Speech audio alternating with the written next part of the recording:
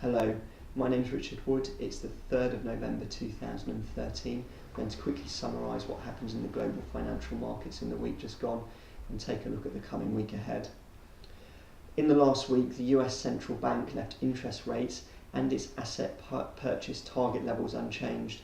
That was expected. However, the market was looking for the statement that accompanied that decision to be more dovish than it was in reality.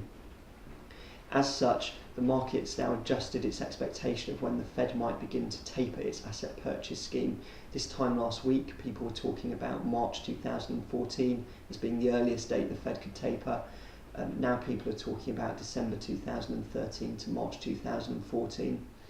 As a result, the dollar was much stronger last week, gold was weaker, and US government bond yields moved out. In the euro area, CPI came in worse than expected at 0.7%.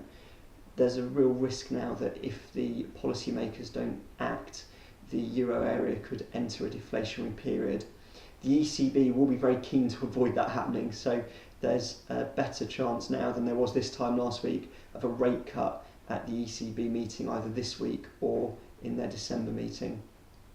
Off the back of that, the euro was much weaker and bond yields in the euro area hardened. In terms of trades from last week, I mentioned in the video commentary that there could be a good buy on the dollar yen. I did take a long trade and that is now sitting in a nice profit. I've moved my stop loss up to break even, now just trying to be patient and hoping that the upward momentum continues and the market moves up to the target level.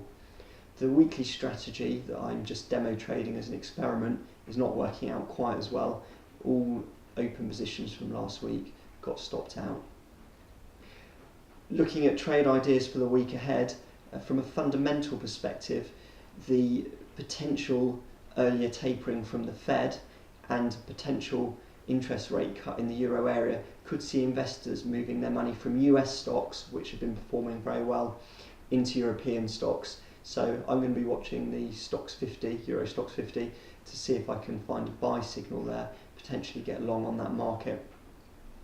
From a technical perspective, I think it's going to be quite a tricky week. The big reversals we saw on the dollar and the euro last week are going to make it hard to find a good trade in my view. A couple of things that stand out to me. The pound yen has been trading in a tight range for the last 5 to 8 days. Could potentially see a breakout from that trading range to the upside or downside. The pound against the dollar or cable is falling towards a significant support level. However, it's falling very quickly, so I by no means will be taking a long trade there. I will be watching the level to see how the price action moves. Another level that I'll be watching is the dollar Swiss franc, looking at the 0.9175 level that the market's moving up to. That level is a significant resistance level, and it's also the 50% fib level of the September to late October fall. Again, it's approaching resistance pretty quickly, so I'm going to need to see a good signal to get short there. I'm going to quickly summarise the major upcoming economic data releases for next week. On Monday night, Tuesday morning, we have the Reserve Bank of Australia interest rate decision. Later on in the day, we have US ISM non-manufacturing figures, and then in the evening, the New Zealand unemployment reading. Not much happening Wednesday. Thursday morning, we have Australian unemployment figures out. We also have Bank of England rate decision and its asset purchase target level, not expecting any change there. The ECB rate decision is also on Thursday. Some market participants, as I said, are now expecting the ECB to cut its headline rate, maybe this week, maybe in December. Finally, on Thursday, we have US GDP figures and personal consumption numbers.